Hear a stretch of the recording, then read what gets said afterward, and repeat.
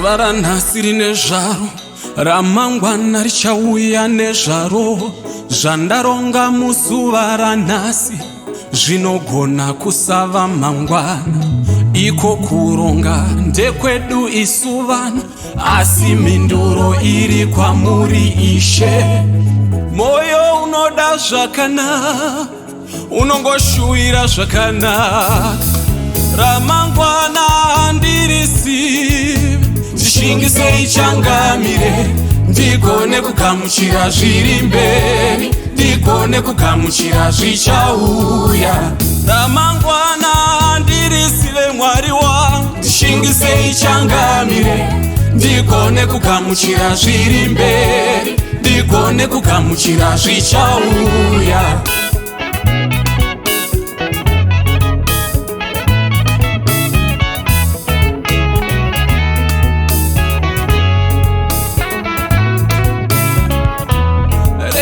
Ndifare ndinoona nyasha, kurara ndichimuka inyasha, iko kumuka ndichiswera inyasha, kuswera ndichirara dzingori nyasha.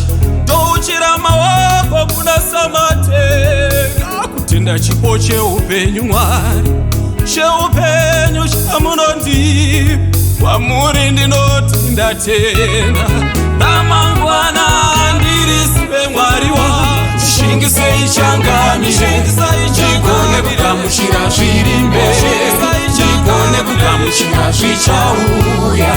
Ramangwana ndirisive Mwari wangu, ndishingisei changamire, ndigone kugamuchira zviri mberi, ndigone kugamuchira zvichauya. Zvimwe zvinouya muupenyu hwedu, zvinouya tisina tarisiro, zvinouya zvinofadza zvinorwadza.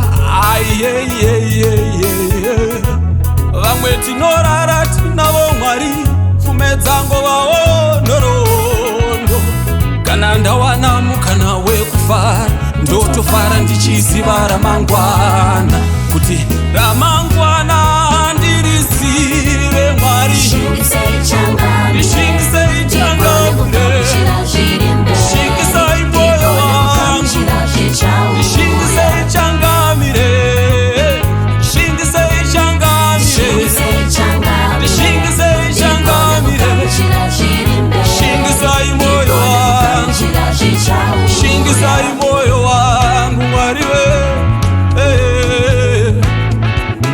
ndishingisei changamire, shingisai moyo wangu Mwari we, shingisai moyo wangu Mwari we, ndikwanise kugamuchira zvinouya mberi zvandisingazivi, zvimwe zvinorwadza, zvimwe zvinofadza moyo wangu Mwari